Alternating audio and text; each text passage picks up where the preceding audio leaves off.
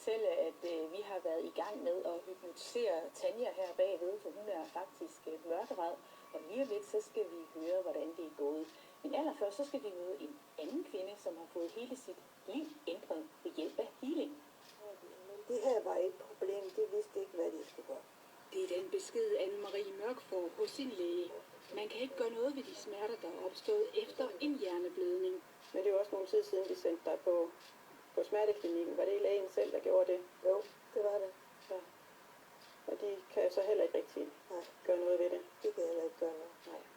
Anne-Marie Mørk stiller sig ikke tilfreds med beskeden om, at hun må leve med smerter, så hun opsøger Birgitte Røgild, der er healer i vores skov. Det, som jeg tænkte, jeg kunne hjælpe hende med, det var jo at simpelthen kunne få bugt med noget af dem. Jeg kunne afhjælpe de smerter der.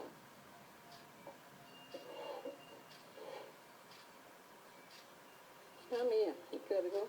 Ja.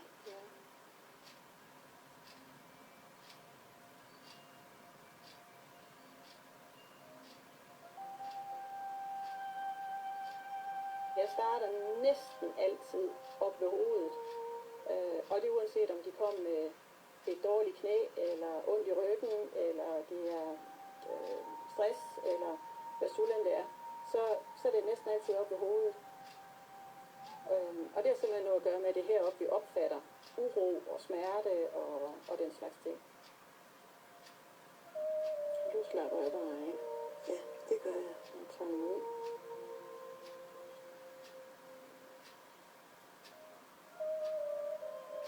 Jamen hvad der sker nogle ting i mig, og der kommer jo så til at ske nogle ting i klienten også.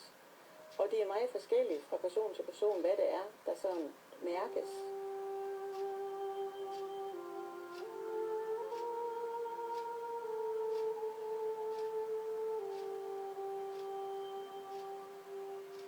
Når hun healer mig, så kan jeg jo mærke, at for det første falder til ro. Jeg sover ikke, men jeg registrerer ikke noget alligevel. Den form for healing, Birgitte Røgild praktiserer, kaldes Gendai Reiki Healing. Den er kendt for at afhjælpe fysiske smerter i ryggen og hovedet. Når jeg healer professionelt, så er det ikke med min egen energi. Så er det ikke med min egen kærlighed. Så er jeg den her kanal. Og så trækker jeg energien ned sådan fra universet. Ikke også? Og nu kommer det måske til at lyde sådan lidt sjovt, ikke også? Men det er sådan, det er. Og det virker, selvom man ikke tror på det. Det er ikke pjat, fordi jeg har prøvet at bruge min egen krop. Og se, hvor godt jeg har det, når jeg bliver healet. Fra at jeg næsten ikke kan gå. Og så kommer Birgitte, og så healer hun mig. Og så skal jeg bare sådan sidde lidt, så kan jeg en hel masse det. Det er ikke bare pjat. Det er langt fra sidste gang, Anne-Marie Mørk lægger sig på briksen hos Birgitte Røgild.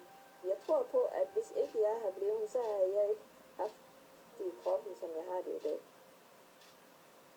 Hvor jeg kan gå til gymnastik 2 gange om ugen, og svømning og yoga.